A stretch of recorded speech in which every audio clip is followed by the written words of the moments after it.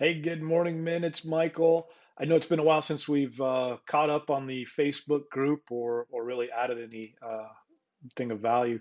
So I wanted to share with you where I'm at with my study in the book of Proverbs.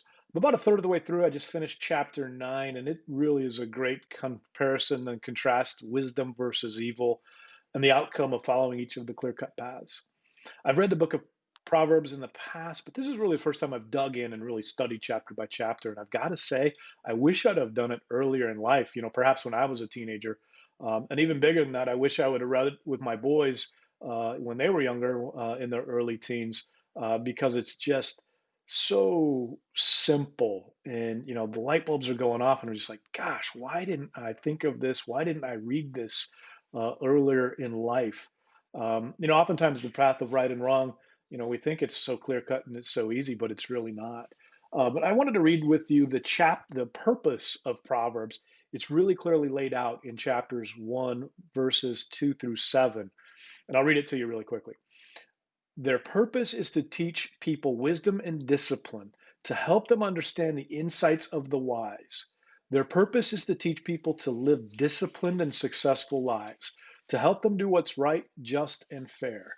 These proverbs will give insight to the simple, knowledge and discernment to the young. Let the wise listen to these proverbs and become even wiser. Let those who with understanding receive guidance by exploring the meaning of these proverbs and parables, the words of the wise and their riddles. Fear of the Lord is the foundation of true knowledge, but fools despise wisdom and discipline. So that's pretty clear. It's all about understanding the right path to go down. Now, in chapter 9, both wisdom and folly are calling out from the highest point in the city, each of them laying out their benefits of following their path. One path, wisdom, right, leads to strength, honor, and riches. The other path, folly, leads to death. But they're competing voices. They're described in Proverbs as women, as kind of an illustration. But they're both looking for the simple or the fool, and calling to them to try to get them to go with them. And I'll tell you, in terms of folly versus wisdom, the decision, it seems pretty easy, and a lot of times it is, but sometimes it's not. Sometimes we go down the path of falling, we don't even really know it. And I'll tell you, there's really a couple of things I do to help make sure that I go down the path of wisdom, which sometimes is a harder path, and it's a path that there's gratification, right? There's the whole strength, honor, riches that come with that, but sometimes it's harder. Sometimes it's an uphill climb, and with folly, there's sometimes immediate gratification, and the downside to that is typically the immediate gratification. It goes away, it leaves you feeling empty, and the description in this chapter, it leads to death, both spiritual death and physical death. So there's really three things that keep me moving down the path of wisdom, despite the allure of the path of folly. And the first one is prayer. When I'm faced with a decision that's not clear, I pray. I pray multiple times throughout the day. Um, and then, sometimes it's still not clear. I'll read scripture.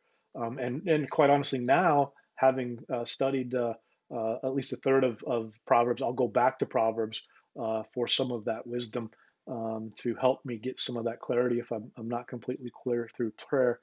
But one of the things that's super important to me, and I really encourage you to think about this, and if it works for you, try it, is counsel from my circle of friends, other believers, board of directors. If you're not part of a men's group, if you're not part of a life group or a group of other men, I really encourage you to do so, because it's really up to us to help each other go down the right path, to provide wisdom to each other, to ensure that we're doing the right things and living a godly life. And I'll tell you, for me, it's been so helpful on my journey with Christ, being surrounded by other believers, other men who hold me accountable, who encourage me and provide me wisdom. It's really an amazing experience. So if you don't do that, I really encourage you to do that. I also encourage you to pick up Proverbs. If it's been a while, read it. If you haven't read it, study it. in depth, and love to hear what you think. For me, so far, it's been really powerful. So that's my 2 cents this morning. Make it a great day, and let me know if there's anything I can do for you. Give me a call, text, email, you name it. I'm here. Thanks, guys.